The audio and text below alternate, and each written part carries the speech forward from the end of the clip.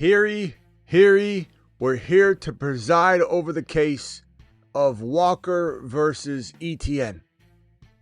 We're here to decide over a case of which running back not only plays better in week number 3, but also, and more importantly, what running back is more trustworthy moving forward. And is there even a way to determine that? The Fantasy Football Show, Fantasy Football Court Edition, Midnight Eastern Edition begins right now. It's time for Fantasy Football. Court!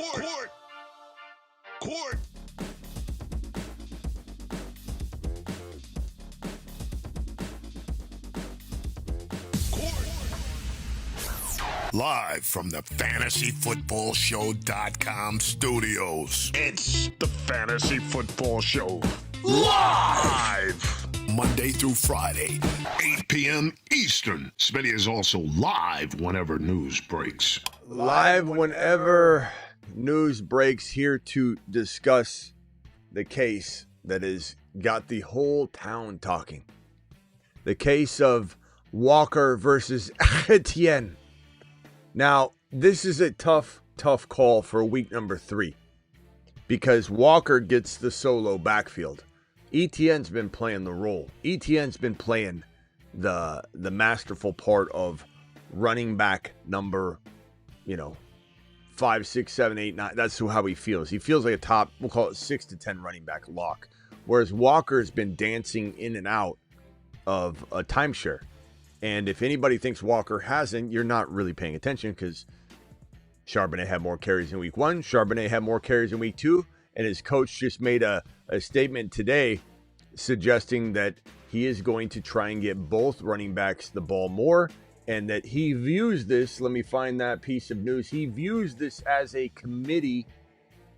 Here is the Clint Kubiak post. Keep finding ways to get both Zach Charbonnet and Kenneth Walker involved, adding, I see 2 starters. Now, the interesting news today is that Charbonnet has been ruled doubtful for week number 3. So that means Walker gets to play ball as a solo artist.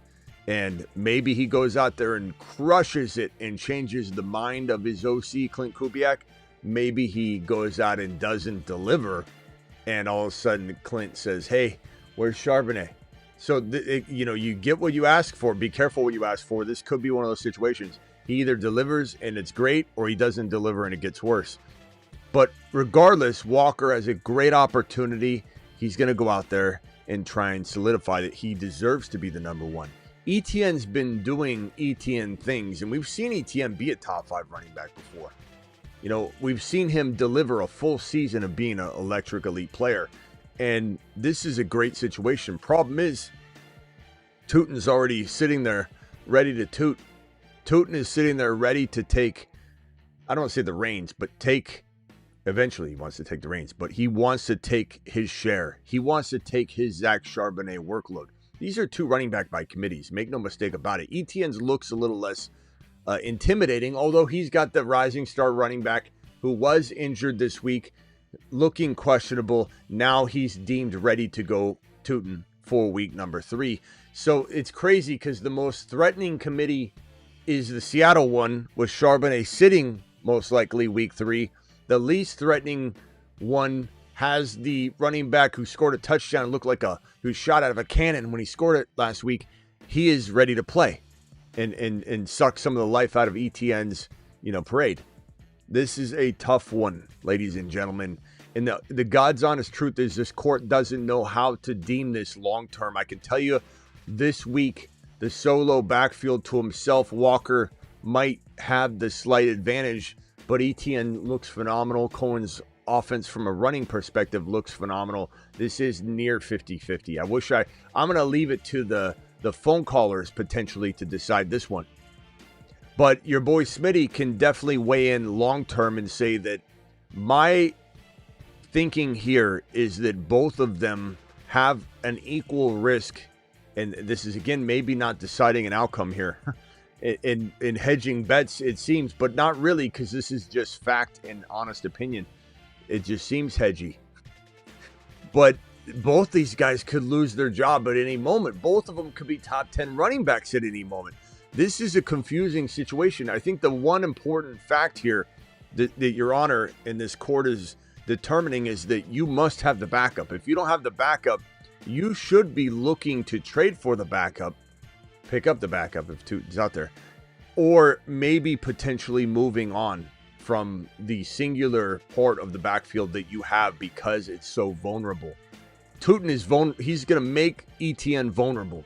Tootin is Liam Cohen's guy he drafted. Tootin looks like the next Bucky Irving just waiting to pop, even though Etienne looks fantastic.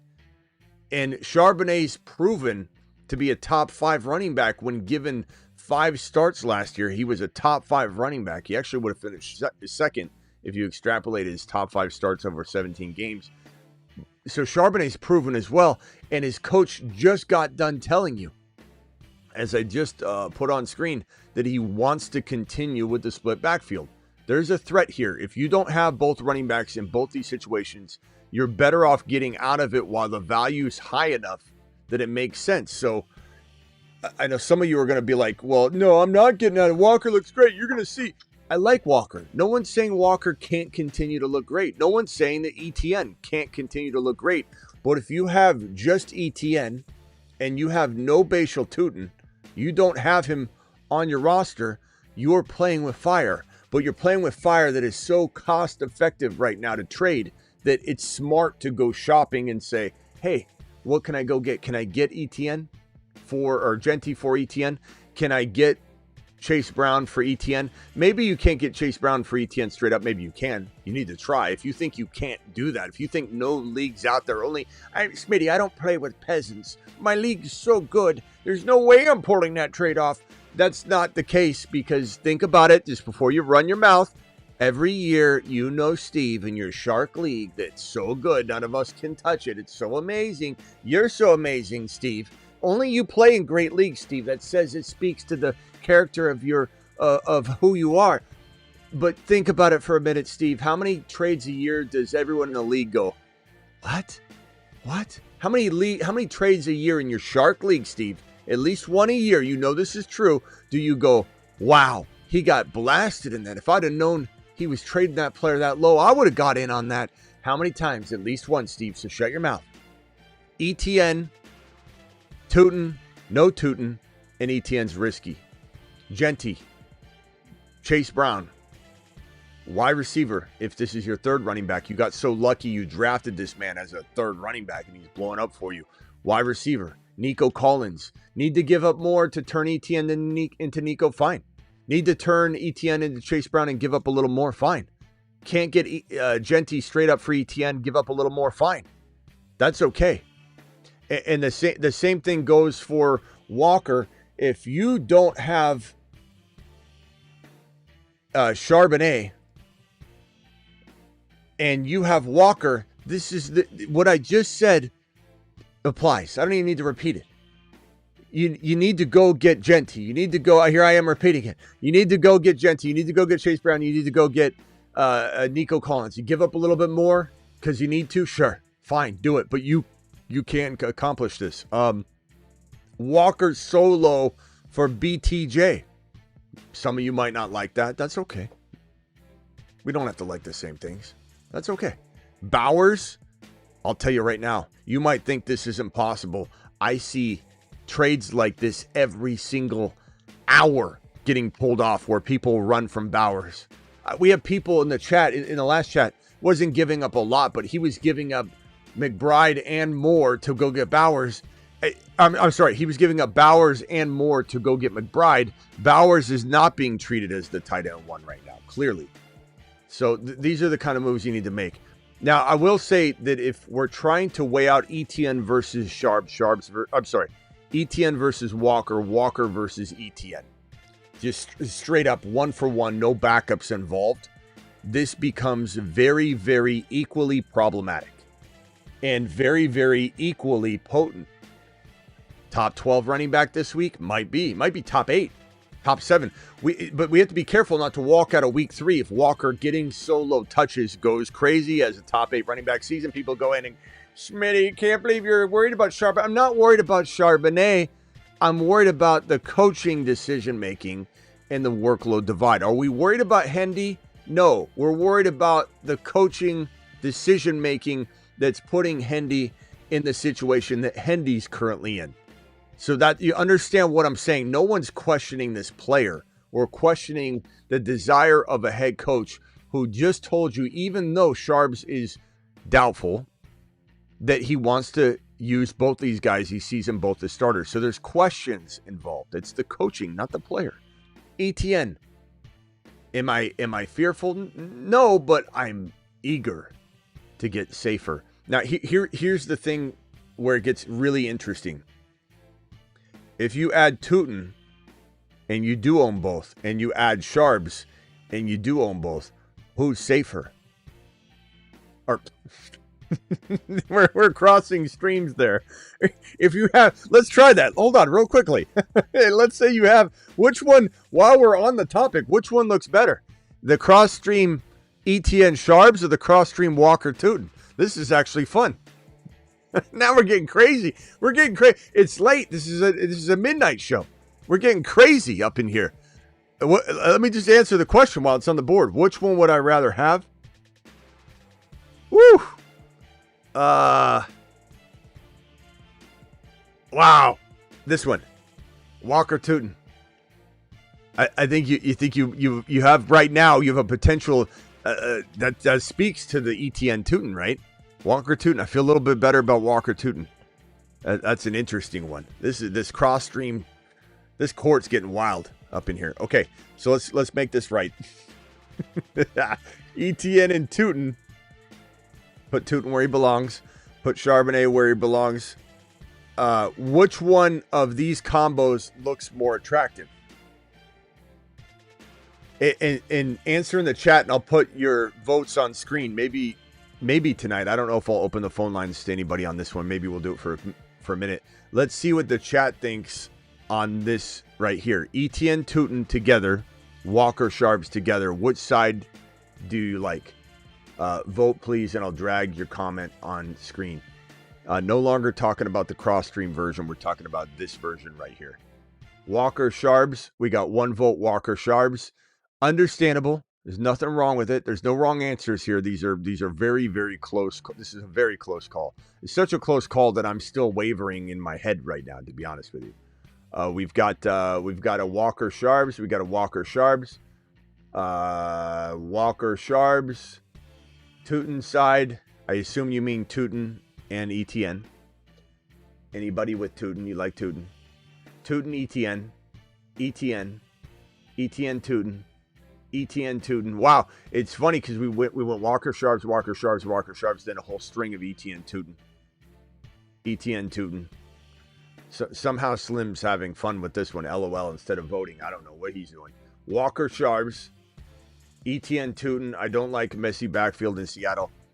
Okay, so here's what this is where I'm gonna lean right now. If I had to pick between these two backfields, the more likely backfield to succeed in week 3 is going to be this Walker Sharbs. The most likely backfield to succeed on the season is going to be the Etienne Tootin side.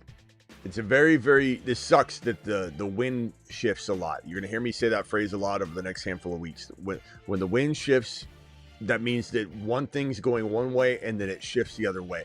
And sometimes there's the better answer is to be honest about the two different directions it can go than to try and predict one side and just stick to it. The honest truth is I'd rather start Walker this week than Etienne.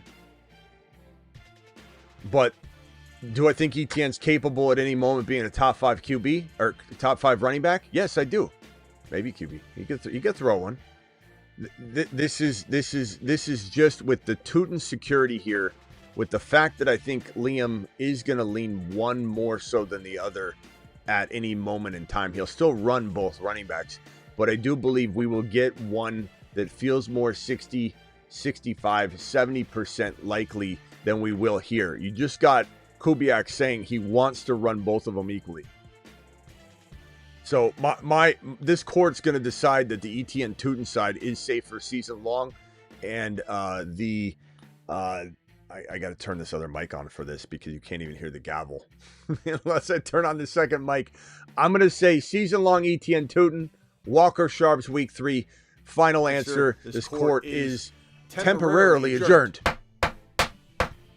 All right, now I'm going to open up the phone lines briefly for this conversation. For this conversation alone, dial in if you'd like to speak to it and tell me your side, whether it's an expert witness or you call in wanting to last second counsel this thing in one direction or another. You've got 20 seconds to make your case. 20 seconds to make your case, whether it's Walker Sharps. And I'm going to ask you to present the case from the two different perspectives, week 3, and then present your case 20 seconds for season. Unless you can package it all up into one, 40-second response, I might allow that. The court may allow that type of behavior here in this courtroom. So dial in, feel free, and let's see what you think. Call into the show. Call into the show.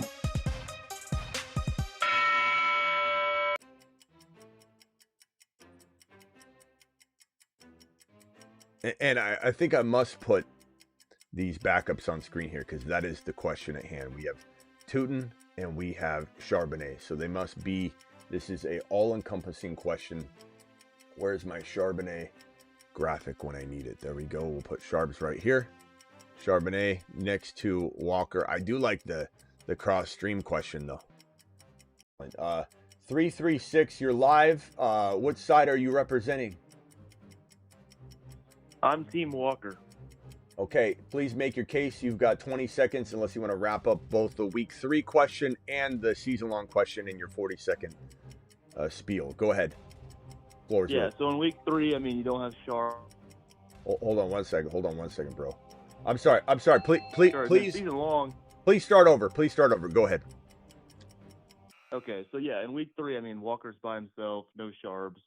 Should get 20 points easily, so I got Walker in week 3. And then for the season, I got Walker because I don't think Sharps is taking his backfield. I think Tootin can take Etienne's backfield, and I got Walker over Tootin. What makes you think? What evidence do you have that Sharps can't take Walker's backfield? When his coach, I just put on screen what his coach said. His coach says he wants to give both the ball more, and that he sees them both as starters. I like Sharps. I have him in all 3 leagues, but Sharps last week had 0.7 yards per carry. Did not look good. I know it looked good in week 1, but I just don't think Sharps has got it.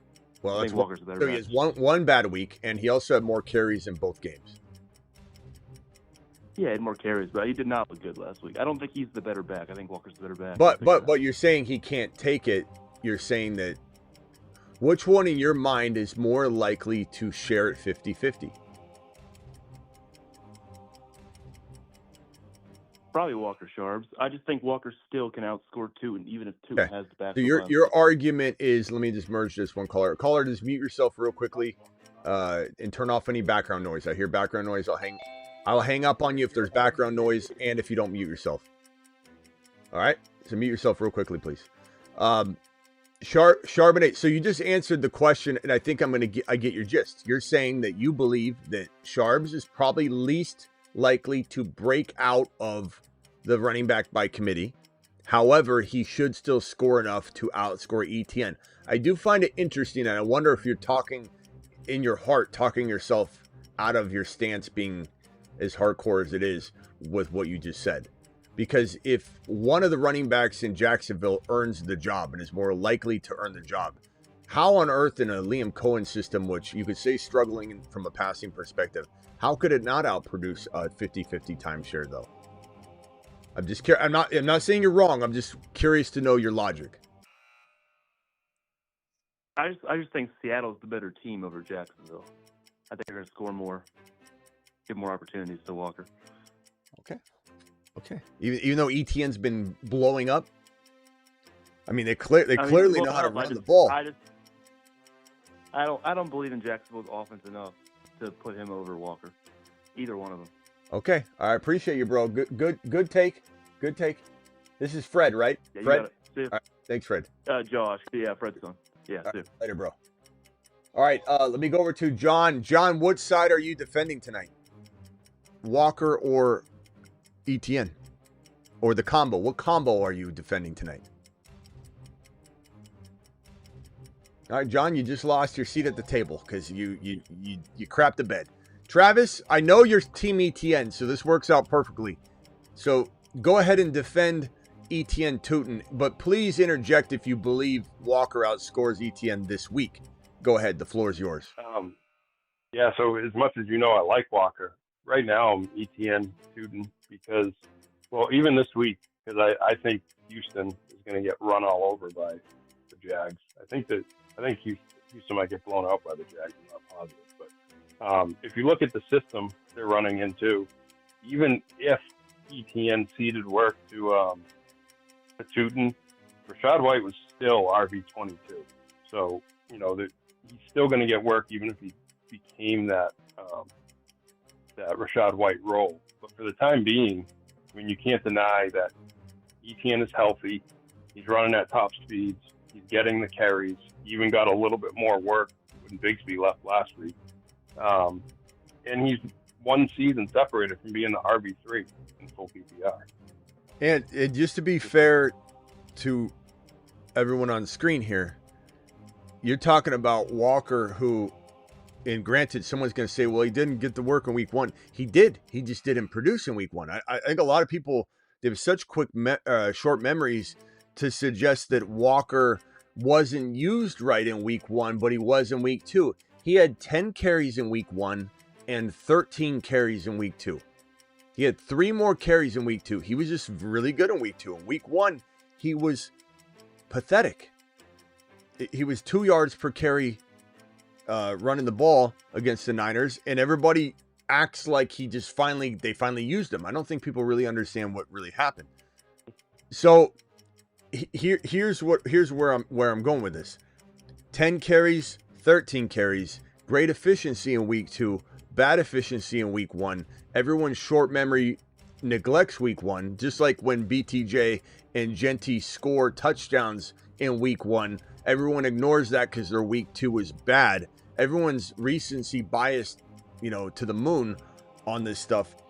I love Walker. I do love Walker, but to be fair, Etienne is currently running back number 9. He's running back number 9. The offense is producing a top 10 running back.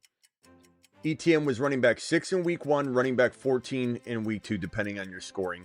143 yards on the ground in week 1, 8.94 a carry against the Panthers. Granted, easy matchup. 71 yards on 14 totes, 5.07 yards per carry. Granted, easy matchup, but he has another easy matchup against the Houston Texans in week number 3. Now, I just will say, in San Francisco, just let Charbonnet, do some damage against them in week 1 when Walker didn't. So I don't think they're a tough matchup, but they're okay. KC, hard, difficult defense in week 5. Seattle, an easy matchup in week 6. LAR in week 7 is pretty difficult bye week. LV, it depends. I mean, are they difficult on paper? Yes, but are they worn down and giving up yardage in the game? Yeah, probably. Houston again, that's an easy matchup. LAC, tough matchup. Cardinals, decent. Tennessee, easy. Indy, moderate but doable. Jets, very solid. Denver, and then Indy to finish out the year. So Etienne and Tootin will finish weeks 15, 16, 17 with the Jets easy, Denver, Indy, moderate to difficult matchups. Just to spit that out. So we're going to have Etienne have a really nice matchup this week, as you mentioned. I don't know. So sum total, you're saying Etienne Tootin this week, Travis, and Etienne Tootin on the season. Is that your final verdict? Or your final take made? Yeah, and the last thing I was going to say is when you look at snap count, I know carries is what we care about, but snap count indicates how much a coach is comfortable having them on the field. Walker's snap count has been 40 and 35%. Etienne's has been 61 and 66%. So Cohen's comfortable with Etienne out there. 2/3 of the time or higher. Now, Tootin in week number. Here's the thing that makes me really, really like Tootin a lot, or like the Jacksonville Jaguars situation a lot. I feel like even with Etienne having a really good game in week 2, Tootin having 2 receptions for 32. Now, granted, he popped a touchdown off, and if he didn't, it'd be different. But he still had 42 rushing yards on 8 carries, 2 receptions for 32, and a touchdown. My concern for somebody with this stack over here, the Sharps-Walker stack, my concern is there's not necessarily the same amount of volume available to make both of them shine. So to the earlier caller who took this stance, he said, even at 50%, I feel more likely. I bet you when he hung up, he was questioning it a little bit because he said it out loud. Sometimes we need to say things out loud, I think, in order to really. It's kind of like doing projections and rankings. You do rankings, okay, boom. You do projections. Sometimes your projections tell your rankings. You're too high on him. You're too low on him. I think when you walk through this and you say to yourself, Seattle might be better, you could say. He said they're a better offense. This is not an offense that I believe will be good enough on the ground, as good on the ground to produce 2 really good scoring running backs. It's going to be one or the other. We've seen that. In weeks 1 and 2, we saw one do well, one not do well. And Walker getting 10 and 13 carries. Now, granted, week 3 is going to be very different, and he's going to probably do a really good job. And so he's going to look a lot better, and all the Walker supporters be like, told you! But he's gotten 10 carries and 13 carries. That's not enough. What he did in week 1, he will do again. What he did in week 2, he will do again. 13 carries, he'll have that one good game. But if Walker's only getting 10 to 13 carries, he will fail you. You cannot have Walker getting 10 to 13 carries a game. He cannot sustain the level of hope and expectation you have unless he's getting 15 plus carries, 2 or 3 receptions a game. Understand what I'm saying? Whereas I think this duo over here, they both can produce very solid numbers because Liam Cohen's going to utilize them in different ways. That's going to be my argument as to why I believe the Etienne Tootin side is better for the season. And, looking at the matchups, I have to say, I do think, let me pull Walker one more time. I do think Walker has a nice matchup. So I think this week I do feel like the smart logic is that Walker outperforms, whoever you choose to start. Let's say you can only start one. You have to choose one of these. You're probably picking Etienne this week. I do think Walker could outscore him, but they're both great matchups. And the divide that they have going on here doesn't hamper Etienne, just like it was proven in week 2, as much as it hampers one of these guys when the divide is there in weeks 1 and 2. So, and I think Tootin can do a lot more with less than a Walker or a Charbonnet. I also think he's only that 25 or 30% snap. I also think that he has a higher chance of being involved in the PPR game consistently, and that could really make him pop. Even if Etienne's getting 100 yards on the ground, Tootin's getting 60 total yards but 4 receptions. So if I had to say, I'd say, this feels like a tie for week. I'm talking myself out of the week 3 argument. They're both great matchups. This offense can sustain multiple running backs producing. This offense rotates it clearly. And even though Walker's getting all the work, it's an even tie for me because I think Etienne still produces. So week 3, I deem it to be a tie. Week number 3 on. So the season, I'm saying Etienne Tootin, this court has. I gotta turn this mic on because I got a filter on this one. I won't allow any high pitch sounds. So this court has to turn on a second mic. This court is adjourned. You've just been Smitty approved.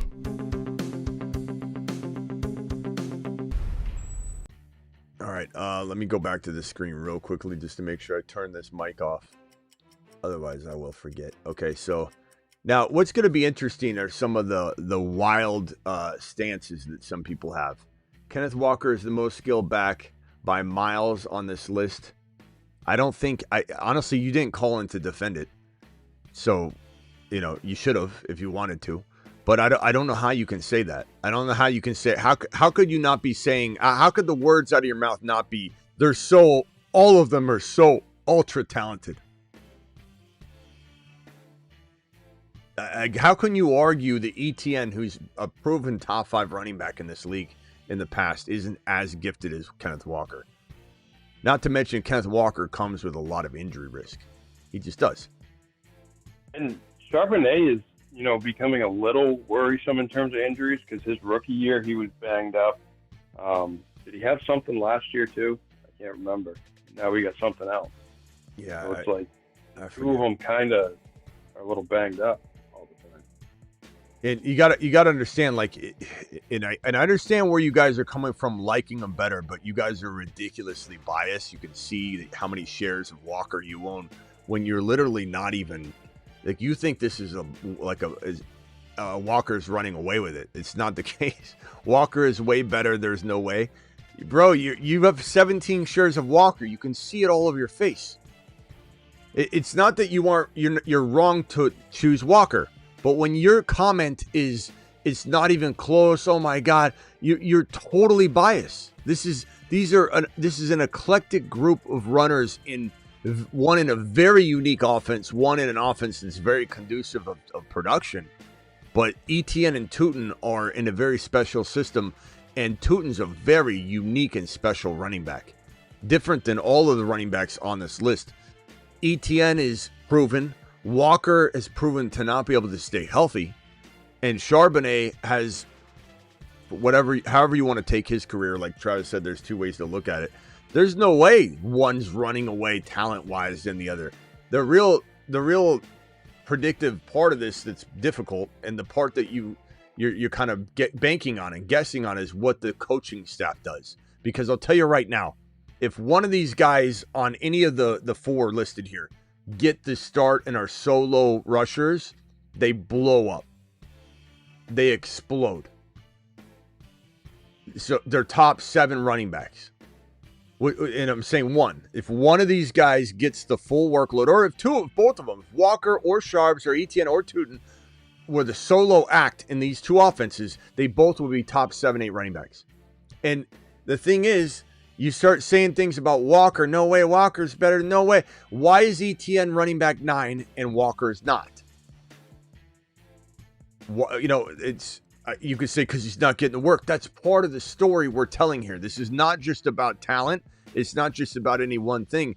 It's trying to figure out the whole piece of the puzzle, trying to predict what the staff's going to do. Etienne's the one producing running back on this list that is a top 10 running back, a top 9 running back to be exact.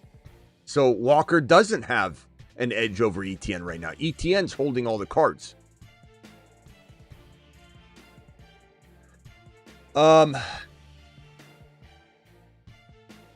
Shadow, you don't have to.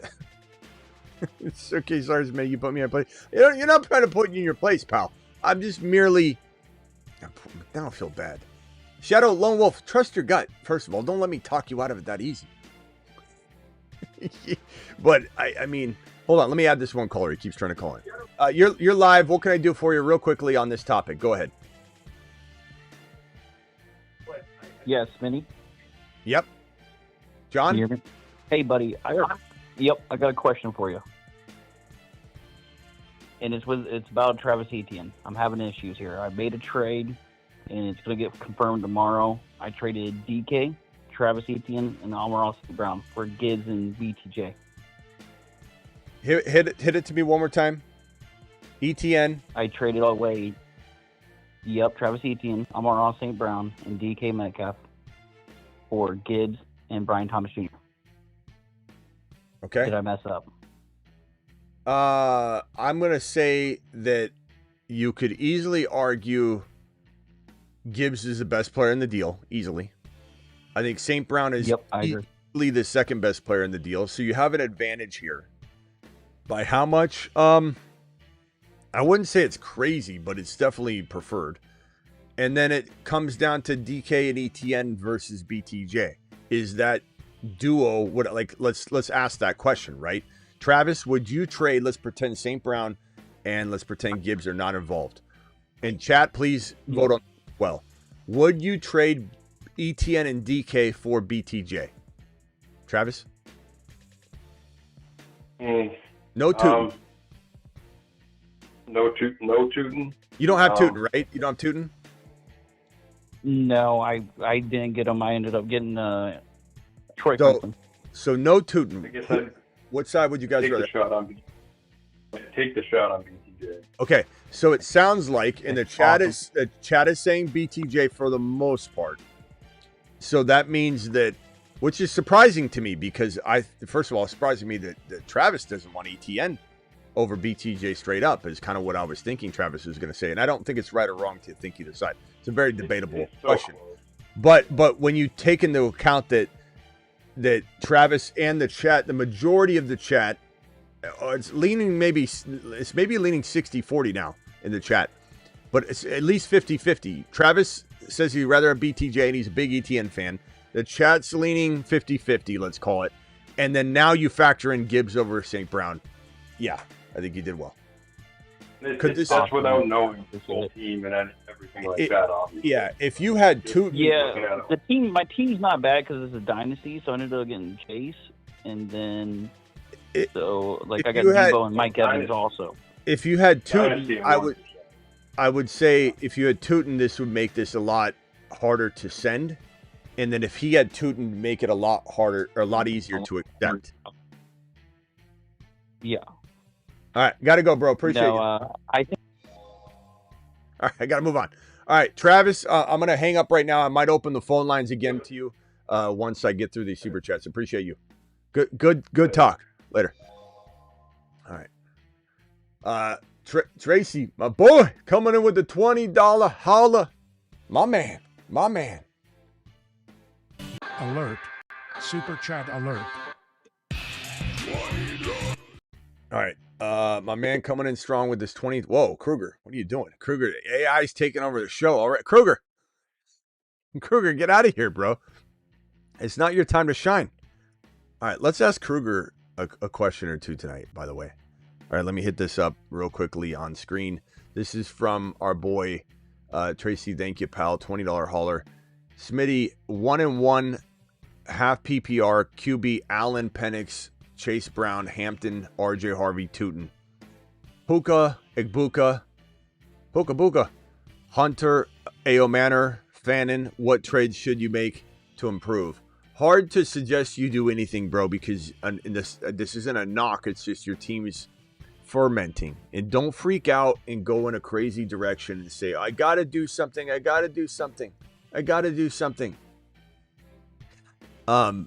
got to wait. Unfortunately, you have a group of slow starters, late bloomers. We knew this could be possible. Every time we talked about the Triple H and Associates, we said at least one or two. It ends up being three. Igbuka is not a late bloomer. Igbuka is doing his job. For people that rip on the Triple H and Associates, what about Igbuka? Show some respect on Igbuka. But we knew there'd be two. It happens to be three late bloomers from the board. We knew there could be one or two. So this is not unexpected. You corralled them all together on the same team. Tootin's popping up at the right time. You might be able to use him. He's probably the safest play this week. I do think Hampton's still solid, but we'll have to see. I don't know about I trust him fully yet. I'd rather go Tootin and Chase Brown. I don't think I'm trading anything on this squad. I think I'm waiting a week. You're 1-1. It's better than 0-2, and you got to maybe force yourself to make a trade. If you did get a knock on the door where someone said, hey, what do you want for Puka Nakua? I'll pay the world. And someone said, I'll give you Genty and BTJ. I'm doing that. So would I explore the Genty wide receiver avenue for Puka? Yes, I would.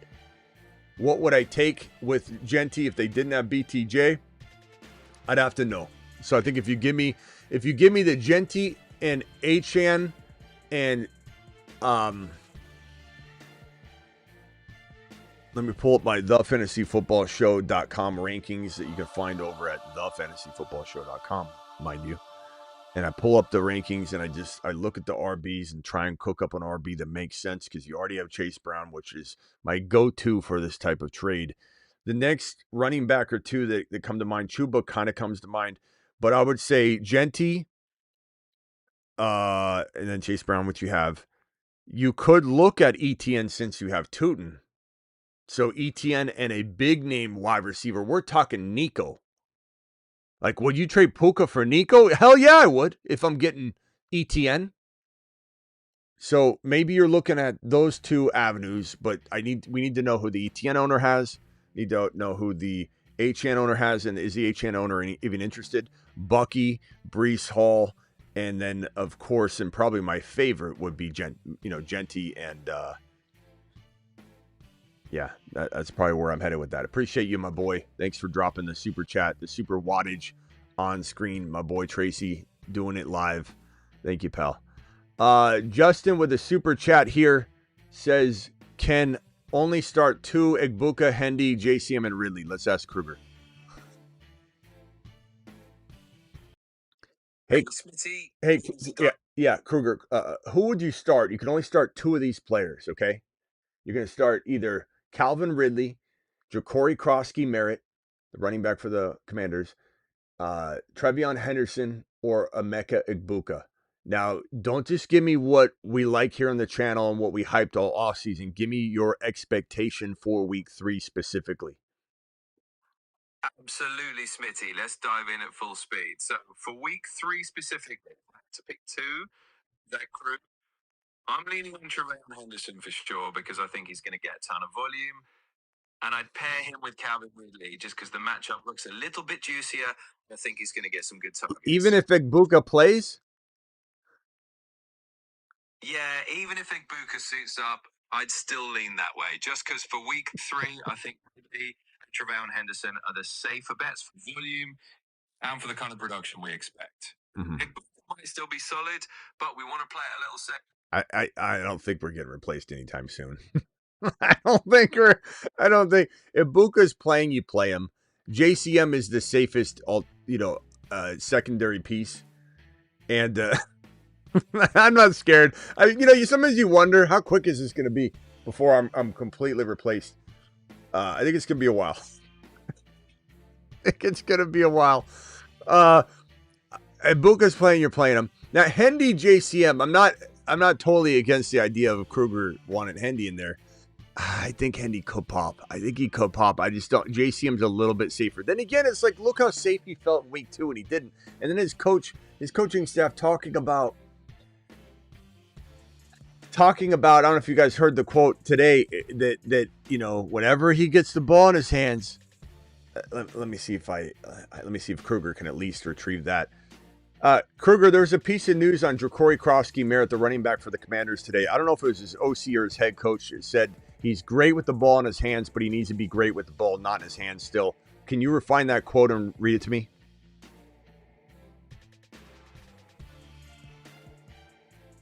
All right, Smitty. So the exact quote from Cliff Kingsbury is basically that every time Krosky-Merritt has the ball, good things happen.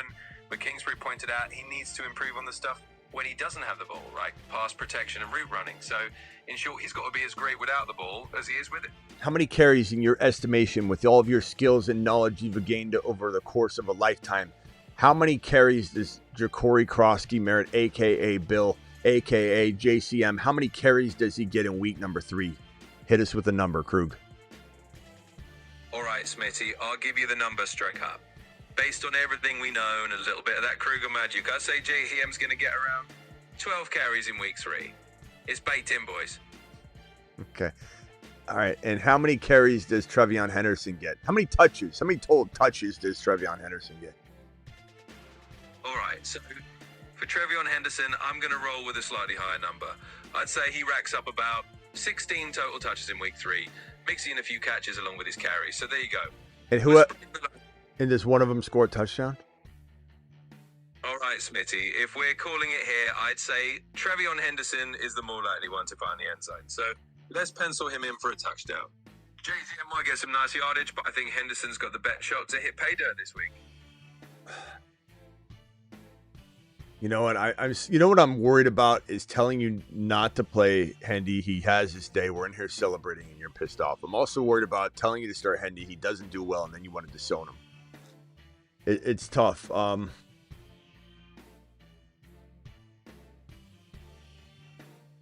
going to say final answer. JCM's your safe play. You just got to decide. Do you need safety? You're gonna go Buka if he plays. If Buka doesn't play, it's JCM and Hendy probably for me. I mean, Ridley still, I guess, needs to be talked about. But watch Ridley have the best game of all of them, and we're sitting here debating. It's fantasy football, bro. Should I try and trade Bowers? I have Fannin. I don't mind this, Angus, if you're getting like a Bucky, you're getting a Nico, you know, then I'm down. I'm down for sure. Should I try and trade? Hurts and Goddard for Walker or Chuba and BTJ or Tet. I want BTJ over Tet, and I want probably Chuba over Walker by a hair because there's no concern of committees or anything like that. Although I like Walker maybe more this week. Give me Chuba and BTJ for Hurts. I definitely smashed the hell out of that. Definitely.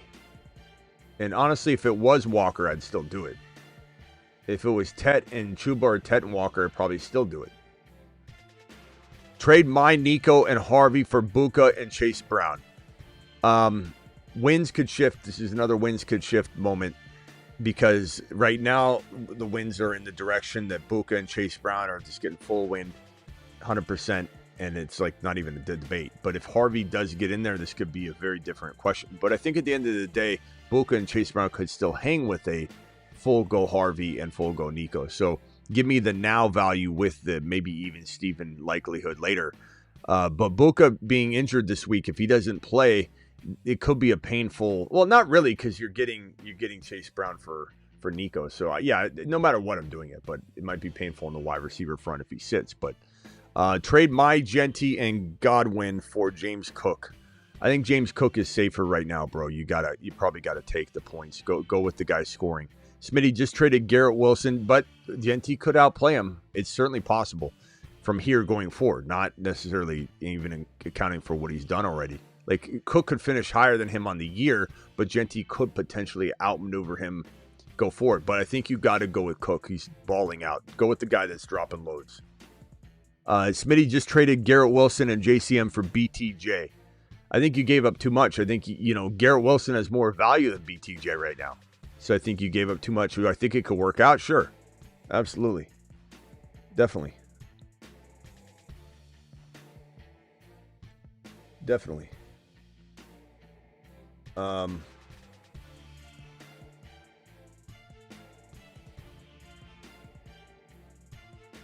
Buka and Brown 100%. Okay. Appreciate your votes in the chat, guys. JCM or Scattaboo? JCM safer. Scattaboo's higher risk, higher reward. So do you need a big risk to win?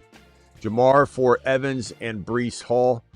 I would rather have Evans and Breece Hall, I think, together than just Jamar Chase. If I needed the move for my lineup and I'm hurting in my, if I got a player I'm putting to the bench like Keenan Allen or something, then I'm just going to keep Jamar. So it depends on what you're dealing with lineup-wise. Mac, Penix, Wilson, Bryce, Drop, Ertz, Fields, Fannin. Double R, you're not being clear at all with this. I think you want me to choose one and choose one. I'm going to drop probably Mac because this is a short-term situation. That's pretty easy. And I'm dropping, I don't know, is this super? If it's super flex, I'm not dropping, I'm not dropping Fields. Or I'm sorry, it's the other way around. Picking up Mac. Okay, sorry, I got you. I'm picking up Penix Jr. and I'm dropping Ertz. I hate dropping Ertz, though. I'm not dropping Fields. Unless this is one QB and you're telling me these kind of quarterbacks are always available, then I guess I'd drop Fields. If this is super flex, I'm not. And if it's one QB and you always have this kind of quarterback arsenal available, Bryce Young and Wilson and Penix, then I would just say drop Fields. So final answer.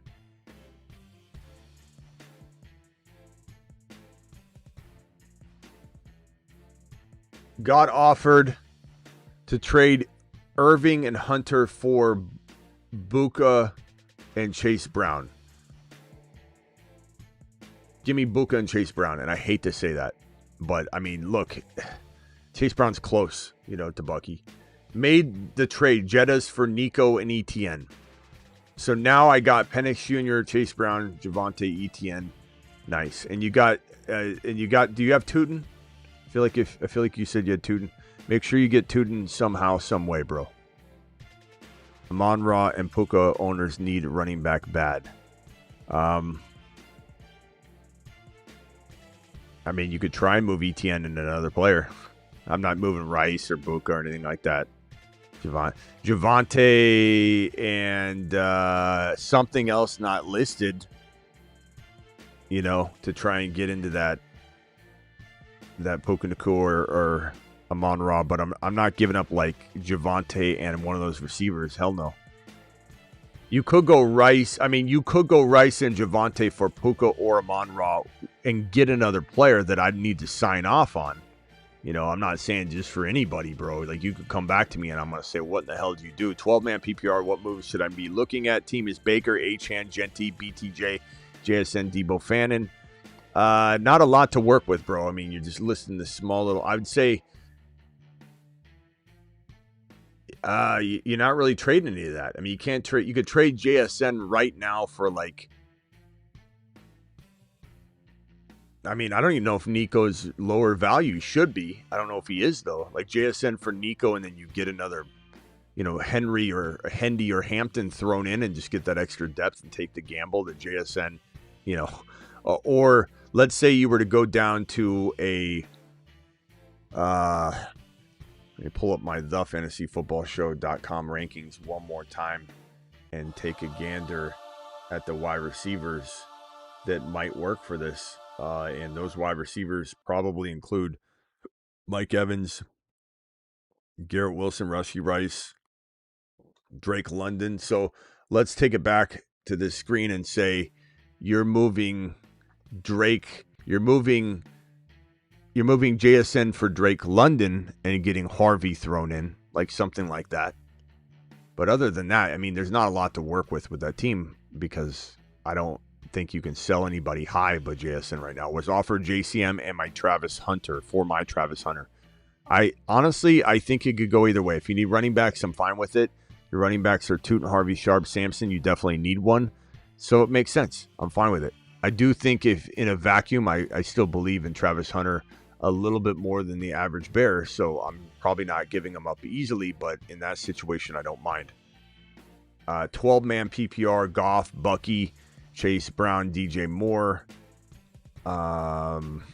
Tootin. Who can I trade to upgrade my wide receivers? So I'm not moving Bucky or Chase Brown.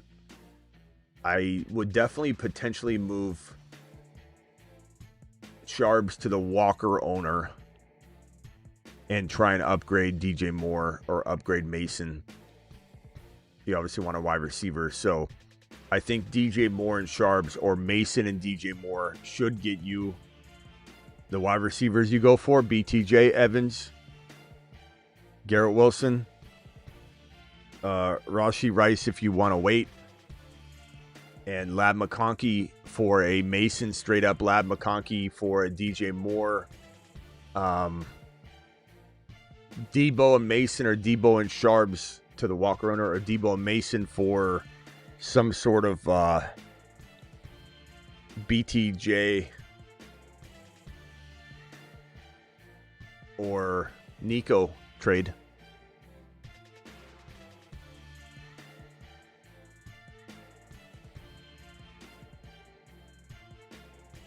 Angus, appreciate you. Trade Mason and Buka for Henry and Debo. If you like winning. Well, like, how is that even a question, Angus? That's Smitty. Would you trade $500 for $1,000? RJ Harvey, Judkins on the bench. Drop one for Tootin on waivers. Nope. You find out another way, Prince. I'm not saying don't get him, but you don't drop. You don't leave Tootin out there, and you don't drop either of those running backs. That I can tell you. I don't know how you're going to do it. There's someone else on your roster that I would drop. There's another way to make it work. There's a trade that could be executed upon, but I'm certainly not telling you to drop one of those guys. 0-2 Should I send this Jamar Chase and Chase Brown for Bucky, Irving, Devontae Adams, and Igbuka? Yes. That's worse than the other one. That's the easiest one I've been asked all day. You've just been Let's look at that one again. Wow. If you can pull that off, I'm impressed, man. Jamar Chase and Chase Brown. I like that. But Bucky, Adams, and Buka, that's a really good trade, bro.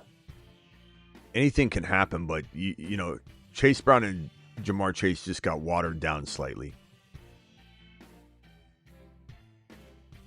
All right, Travis, if you want to call back in, you can, and I'll take a very few amount of phone callers here.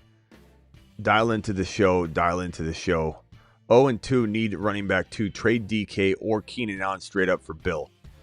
I probably would trade Keenan Allen for Bill. Although, you know, Keenan Allen might be better than DK, honestly. But I think I'm trying to... Or DK, Keenan Allen for Bill and Evans. That's what I want to do. I was going to tell you, I want to do something a little different, bro. That's what I want to do. Bill and Evans, give me that side of the trade. That's much better. Or DK Hendy for Etienne, Tootin, Franklin. No, I have more faith in Hendy. I think you could regret that one later. It seems like a great idea now, and you want to get Hendy out of your face. You're tired of him. Disappointed you, but no. River, you're live. Can I give you? I got rapid fire questions. Start 6. Can I give you 5 real quick? You can give me 3, and we'll see how fast you are. Go. All right, Hendy, Tootin, Chig, and a 0.5 tight end premium. Hendy, Tootin, and who? Chig, Okonkwo. Oh, Tootin. All right, Mac, Cam Ward, or Flacco? Mac, Cam Ward, or Flacco. Give me Cam Ward on spec that this is a game we say, wow, I like what I see. All right, Stevenson, Pearsall, or Scattaboo? Pearsall safest in PPR, half PPR. You said Pearsall, Scat, and who? Stevenson. I mean, that's a tough one because Stevenson could have a lot of work. It could have a lot less than we think. I think Pearsall is probably safest. All right, Tootin, Scat, Fannin, or Sampson? Start 2. Tootin, Scat, Fannin, Sampson. Tootin, Scat, Fannin, Sampson. I'm going to say Tootin and Fannin are your safest. Tootin and Scat are your higher risk, higher reward. It's hard to say, bro. I'd be wavering until kickoff. I can't answer it other than if I need a risk, I go with the Scat side. If I need safety, I go Fannin because he probably gets you 10 points. All right, last one. Scat, Harvey, Hampton, or Benson? Scat, Harvey, Hampton, or Benson. I still believe Scat, Harvey. You said Fannin? Hampton. Hampton. I still believe. Man, I really want to say Harvey. I really do, but damn it. I don't know what to think about Hampton, man. I feel like we still need more information. I think we'll get some tomorrow that will help us at least feel a little bit of something toward Harvey or a little bit of something toward Hampton. I think that's probably where Scat might be the safest right now, but I want to tell you Hampton or Harvey will be my answer, but I need more news. I just can't answer. I'll be guessing for you and sending you in a direction that's not fair to you. So let's wait for. All right, thanks, River. Later. That's a hard one. Travis, Hampton or Harvey? What are you thinking on that? And River, if you're still listening, maybe I do draw a conclusion here if I'm working it out. But I mean, there's too many unknowns here to like act like we have any information that could say, yeah, this is total guesswork. But we should hear something. They're playing each other. We should hear something. You got to wait to see if anything comes out tomorrow. I'm with you. I want to say Harvey, but let me ask Kruger something. I mean, like, Hampton still has to get carries. Hey, Kruger, is there any recent news anywhere about Coach Harbaugh talking about his rookie running back, Marion Hampton, coming out of week number 2, where he essentially kind of looks like he may have lost some touches. He fumbled the ball at the end of the game, or him and Herbert fumbled together. We're really worried about Hampton's usage now heading into week number 3 of the 2025 season. Is there anything out there that Harbaugh has said about his running back since week 2 has played out? All right, Smitty, here's the scoop at triple speed. Harbaugh basically said they want to be better as the run game after week 2. He didn't call Hampton out by name, but he did say the rushing offense needs improvement. So that's a little nod that, yeah, they're aware of the fumbles and they're probably going to tweak how they handle touches. So keep your eyes peeled, but that's the gist of what Harbaugh's put out there. All right, same question for RJ Harvey, the rookie running back in Denver. Coming out of week 2, is there anything that Sean Payton said, head coach of the Denver Broncos, aside from Harvey's still an important piece of what we're doing, is a quote that we did find and have talked about. Is there anything else that he said? All right, Smitty. In that same fast and punchy style, Payton basically doubled down on Harvey's role. He said RJ's still going to handle those base downs and third downs, and it's easier to manage the workload with just him and Dobbins. So, bottom line, they're not panicking about Harvey at all. Keep rolling with him. Where did you find that? Because I feel like you're pulling that from like the preseason. Like, what do you have from week 2 on that Harbaugh said? Did he say that in week 2 on? I feel like he's pulling weird stuff. Totally get you, Smitty. So for clarity, the piece I mentioned was indeed a recent post-week 2 quote.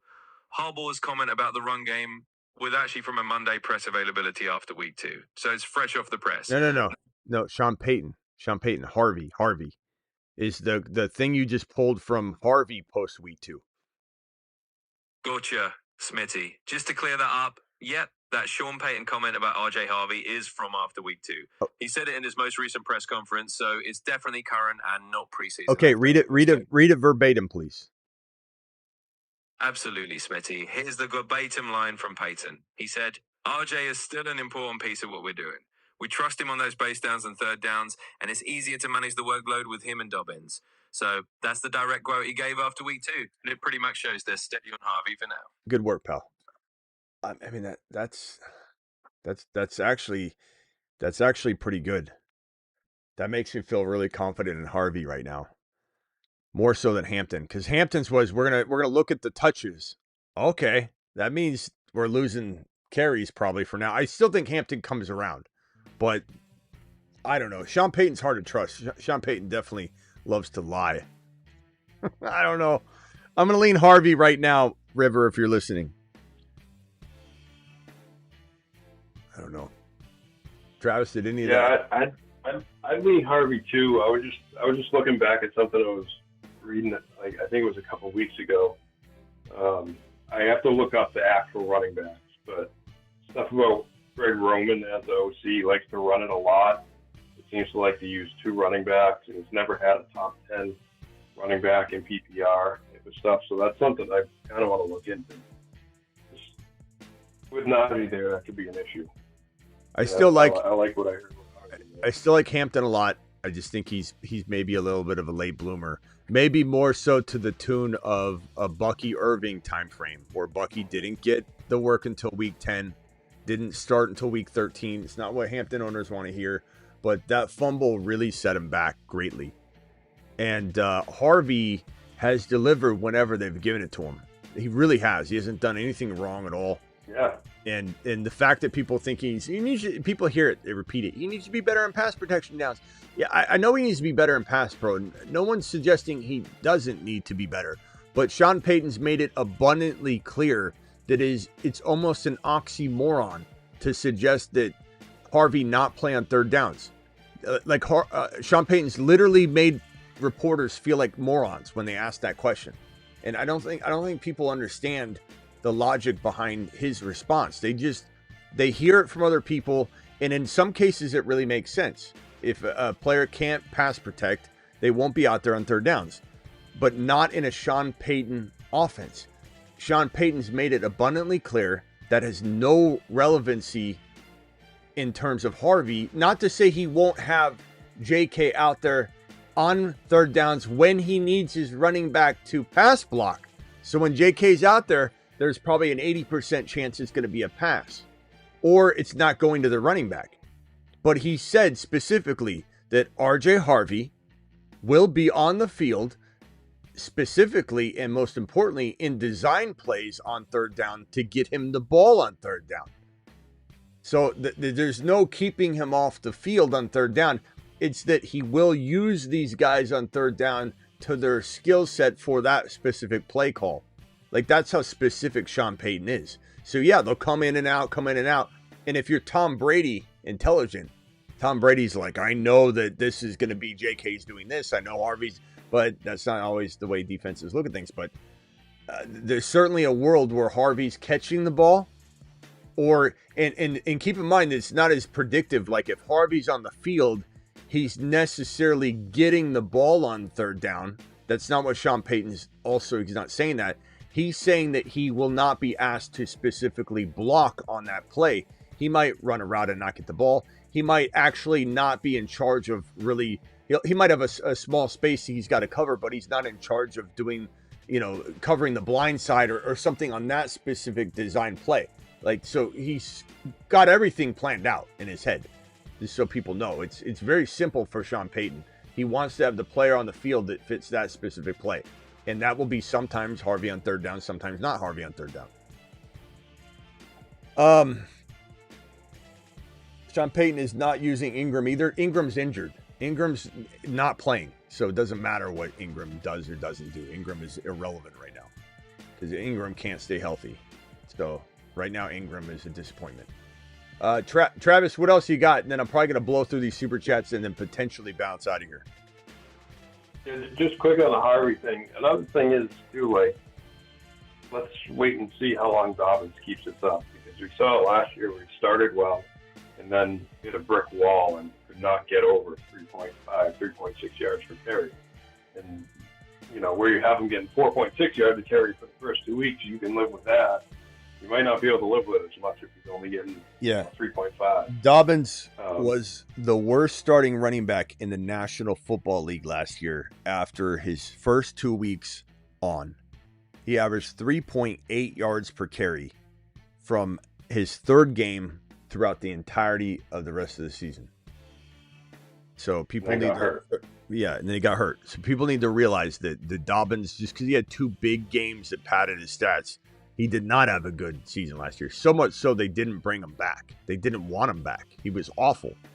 And so bad at the goal line, they ended up throwing the ball. Harbaugh, with the oversaturation of passing going on right now for Harbaugh is because he discovered that he likes to pass with Herbert right now. He discovered that last year when he couldn't run with J.K. Dobbins. So, yeah, J.K. Dobbins could clearly fall off a cliff easily. Not to mention get hurt. So, very excited about Harvey's days to come. And again, the comments that Sean Payton's made all offseason that the NFL draft is the lifeblood of the team is a telling indication of what is likely to come for RJ Harvey. Just had a couple quick start sets, and then I'll jump off and let you take the super chat. You start Penix or Daniel Jones? You going Penix still?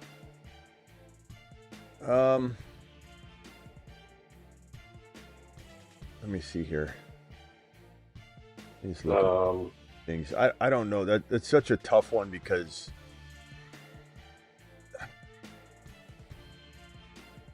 consensus-wise, Daniel Jones is around 11 to 13 across the industry, and Penix is 16. I think Carolina is a really tasty matchup overall, and a very solid outing is in store.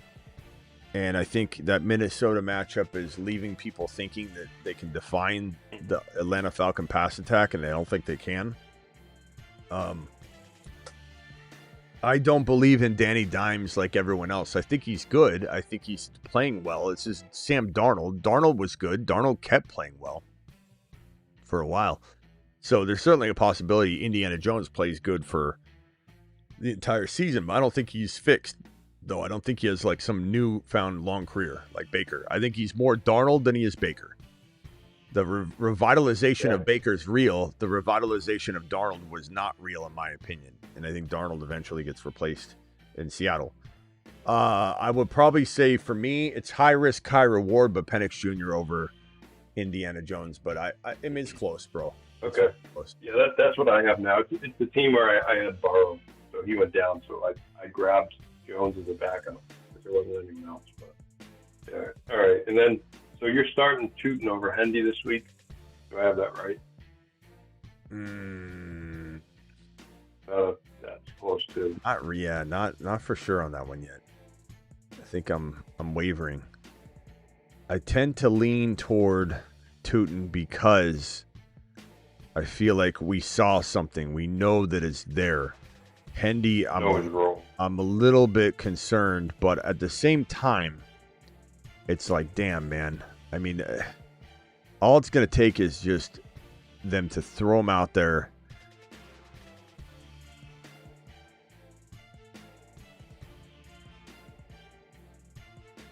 It's a good matchup. Yeah. Yeah, and like I said before, I mean, even if he has, like, he struggled a little with pass protection, which is a little out of character thing, but like 5 total touches is so few. I mean, I think he had more than that week 1. So I think I'm going to say Hendy this week when push comes to shove, but that doesn't mean I'm not starting Tootin where I can, and that I've got a lot of shares of both these guys in some flex spot somewhere in big leagues, where I have multiple flexes.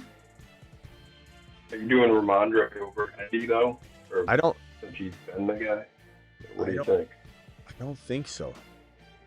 I'm not saying I hate the idea or that someone's wrong by starting Ramondre, but I don't know that I'm starting Ramondre over Hendy. I would tell somebody if they ask me, hey, Ramondre might be safer because they trust him right now, and we haven't heard the trust change.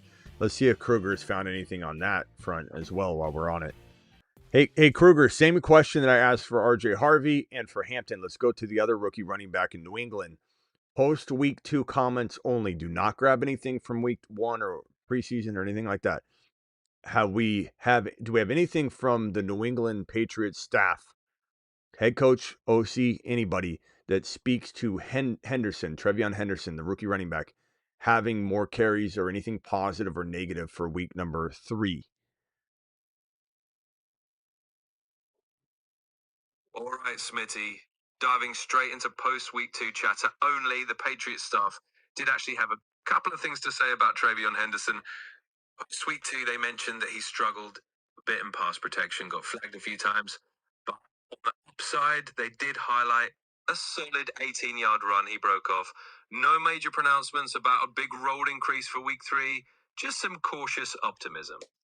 So there's your straight from week 2 scoop. So no coach speak or a quote you can give me from a OC or the head coach on this particular topic. You got it, Smitty. So here's the direct coach speak I found. Patriots offensive coordinator did say after week 2 that Trevion Henderson is showing good progress and that they're looking to get him a few more touches as he gets comfortable. Nothing super flashy, but that's a little nugget for week 3. And what did he say about Ramondre Stevenson? All right, so on the Ramondre front, the coaches definitely had some praise after week 2. He had a huge game, and they basically highlighted how he stepped up big time. They mentioned he's putting his best foot forward, and Ramondre himself dedicated that performance to his late father. So the coaching staff is definitely positive. Happy with him. How do you root against that?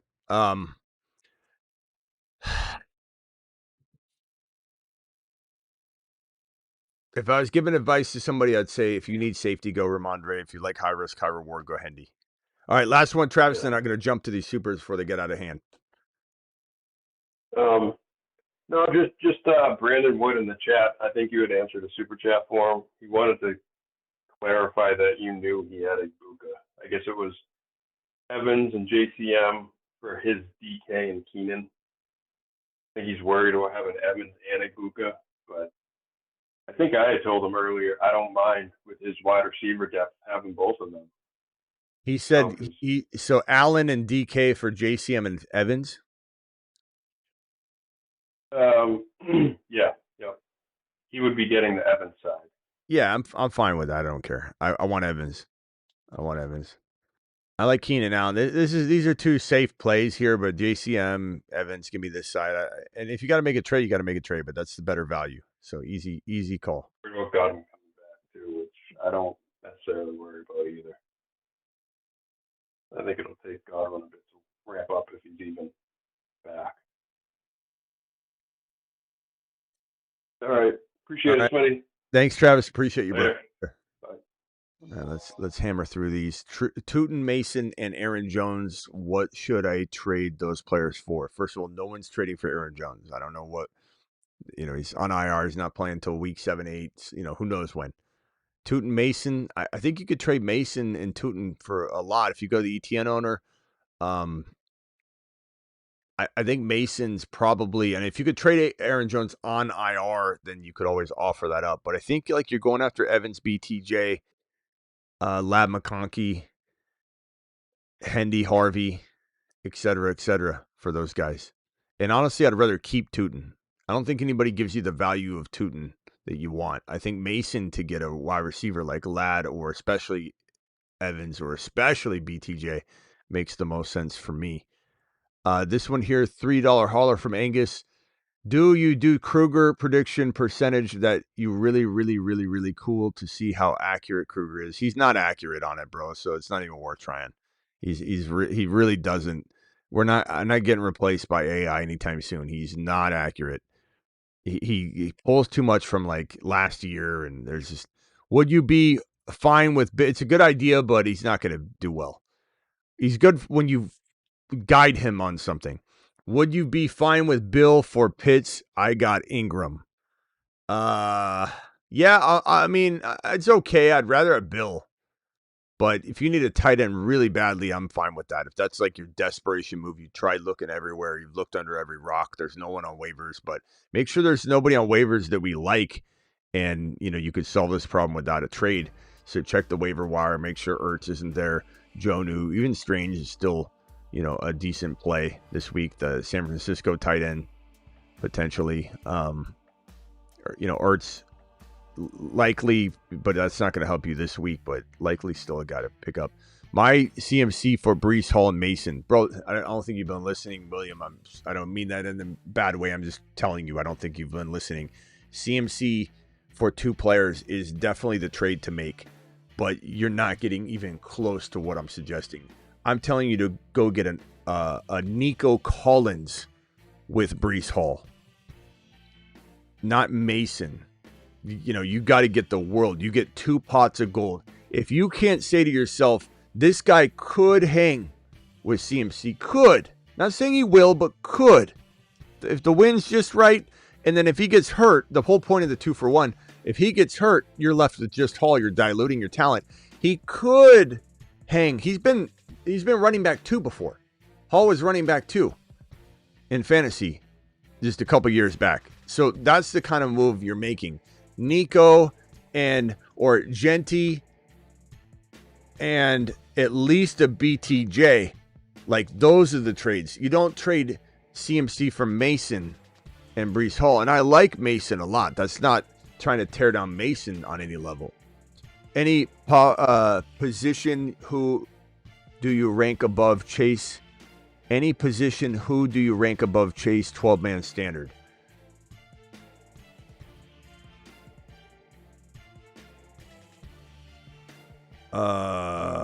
Let's go to thefantasyfootballshow.com rankings.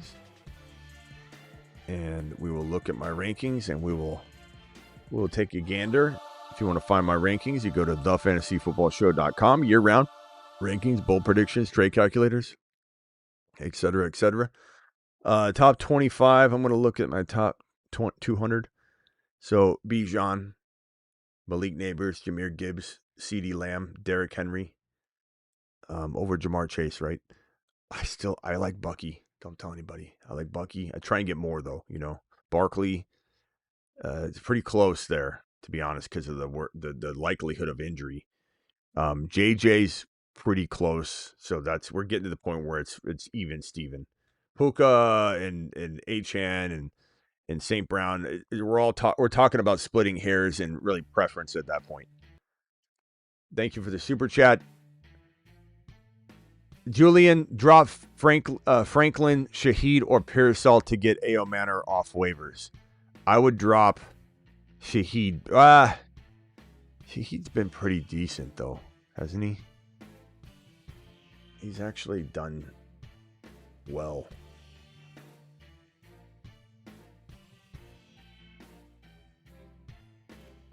Let me pull him up here. So 50 and a touch last week, but 33 yards the week prior. I don't think you're dropping. I think I'd drop. Look, it's Franklin or A.O. Manor. I like A.O. Manor better than Franklin, but I'm not saying to drop Franklin. I still like him. So if I had to swap it out, I would. Also have Neighbors and Worthy. Okay. Irrelevant, but I hear what you're saying. Hey, boss, 10-team PPR. Appreciate your super chat, by the way.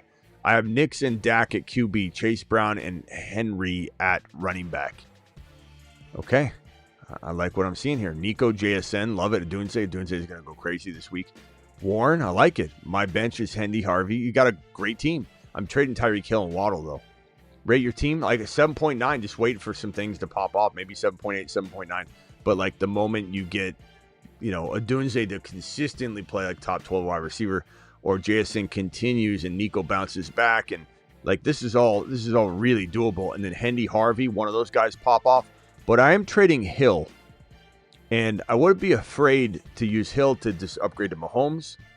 Using a quarterback, I wouldn't be afraid to use Hill and Hendy or Harvey to get a more stable player, or trade Hill straight across for Evans, trade Hill straight across for BTJ, give up Waddle and Hill for either one of those that do both wide receivers for the one. That's all I'm thinking of doing with your squad.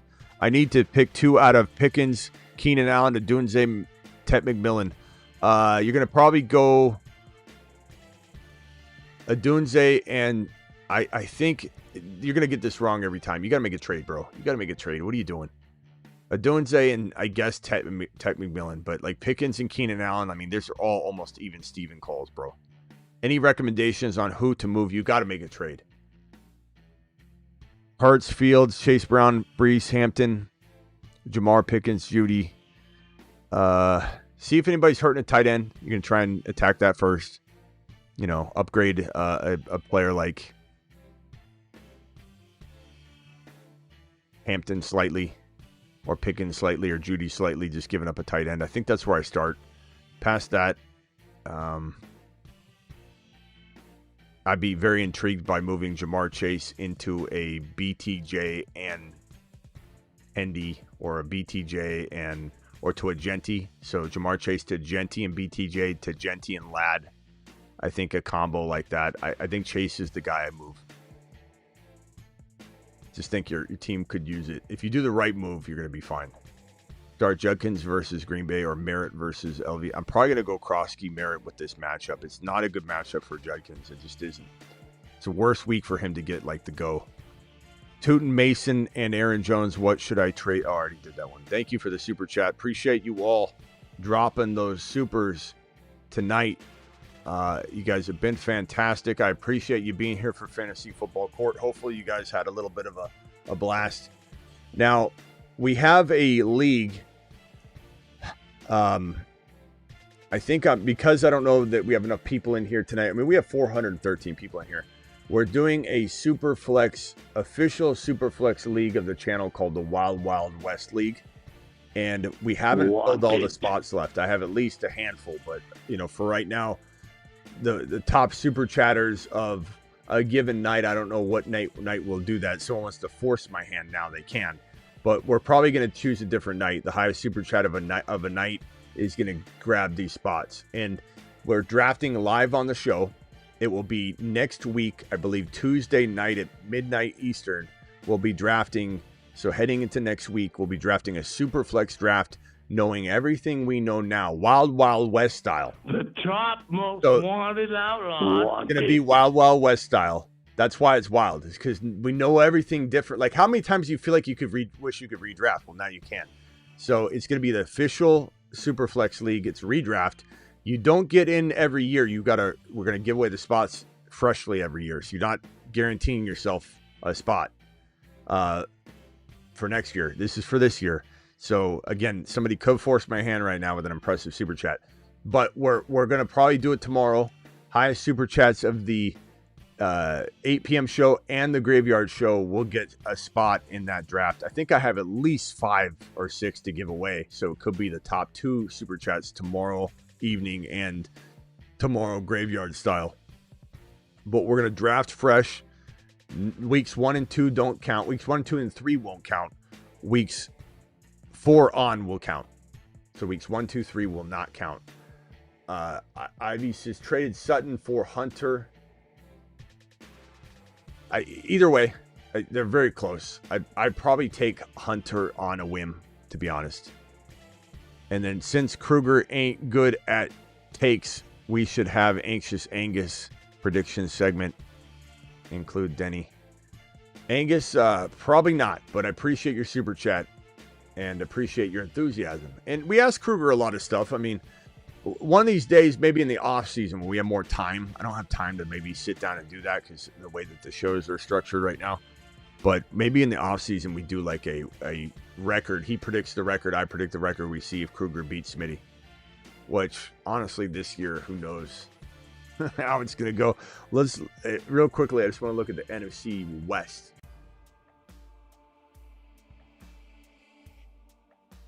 We'll see how it goes.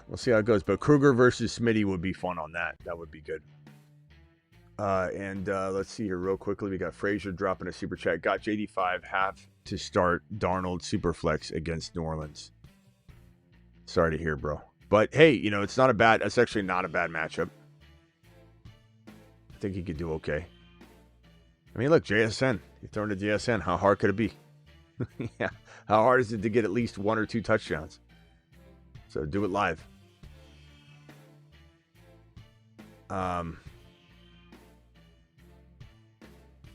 Arch Manning. Yeah, bro. Arch Manning looks... I don't know. Does anybody think Arch Manning's going to bust? Raise your hand if you think Arch Manning's going to bust. If you think he's going to bust, put a hand up or an X. Or if you think he's going to ball out, put a fire emoji. If you think he's just growing pains right now. But Arch Manning looks suspect right now. I mean, he does. It's hard to say. D-Town with an X. Etienne for Ken Walker. Bro, rewatch the whole show. It's what the whole show's about, Yankee Doodle. Yankee Doodle Dandy. Go watch the show. That's what this whole show's about. Travis's growing pains. Bust. Underwood over Arch. Growing pains says Casey. BM loves him.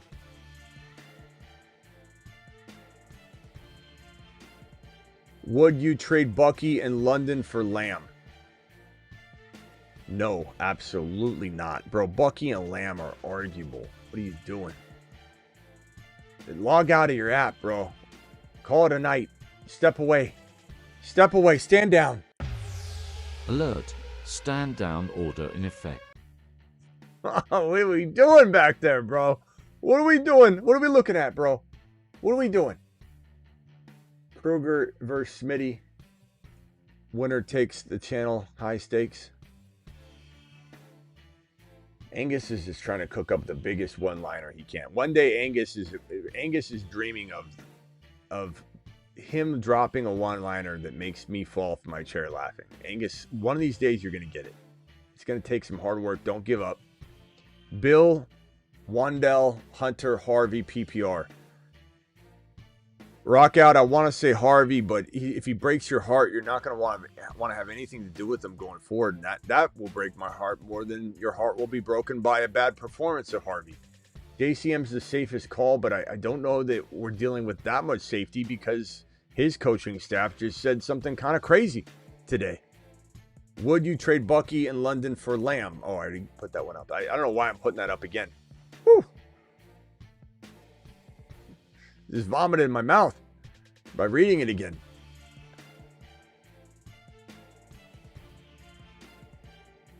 Chase Brown and Debo for Bucky.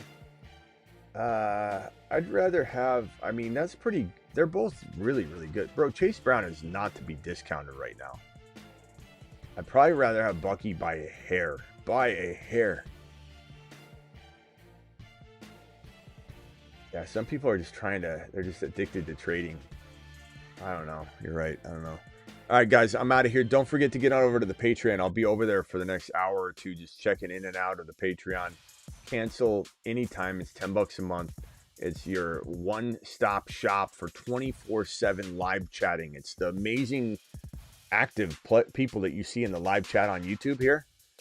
Those amazing live chatting individuals in the live chat, they're in the Patreon 24/7. Cancel anytime. Here's the link. I'm going to pin it. We're going to draft tonight, but I don't know if we're going to tonight. I'm tired. I'll be back. I got to create a video for tomorrow as well. I'll see you all later. Appreciate every single one of you. Just make sure you're on Underdog, ready to go when we do draft. Play 5, get 50. Play 5, get 50. The link is right here. Sign up in advance so you're not scrambling to get in. You can even draft right now real quickly. It's amazing. It's so fun to do battle royales for week number 3, and I'll have my week 3 picks tomorrow on some show. Maybe that will be the show I create tonight with a little bit of fantasy mixed in, not just the picks. There'll be picks and then talking about the player. So that's the way I want to do it moving forward with those pick shows, is do the picks, but also give you a lot of fantasy insight on the player. All right, I'll see you all later. Appreciate you. See you on the Patreon. That link is in the description. The Underdog link is in the description. Every link I have is pretty much in the description of every video in case you're trying to find it later. I will see you all on the Patreon right now. I'll see you all tomorrow. I'll be live probably at some point during the day. And then I'll be live at midnight Eastern per usual. And then we'll be live Sunday morning about an hour and a half to 2 hours. Usually it's 2 hours before kickoff of the morning games. I'm usually here right after the afternoon games to recap the morning and afternoon games. And then I'm after the Sunday evening game, we're here for the waiver wire show. I'll see you all later. Appreciate you very much. I didn't get banned. I made it. Yay. Well, it's still early, Angus. All right. See you all later. Appreciate you. Again, live whenever big news breaks, live Monday through Friday, 8 p.m. Eastern, every single Monday through Friday, and live almost every night at midnight. Deuce.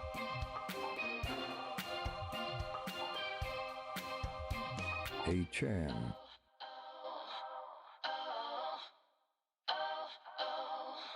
Etienne is the man.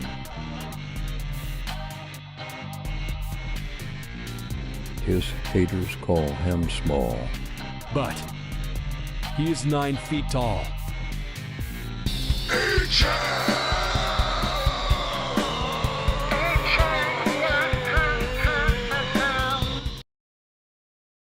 Hi, my name is B. John Robinson. I like long walks on the beach. And, well, I also like scoring touchdowns.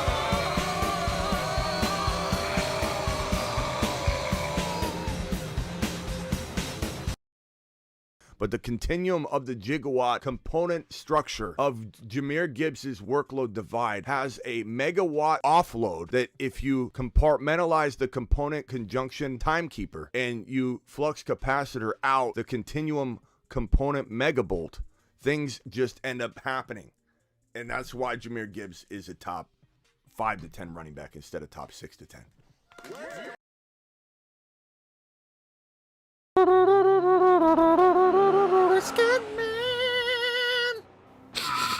What is that smell? Someone needs me. Help! Help! I'm going to lose my fantasy week! Somebody help! Call the Scat Man! I am Scat Man. Who needs my help? Wow. Bang, bang, boom. To the moon. Now it's time to go pick up your mother.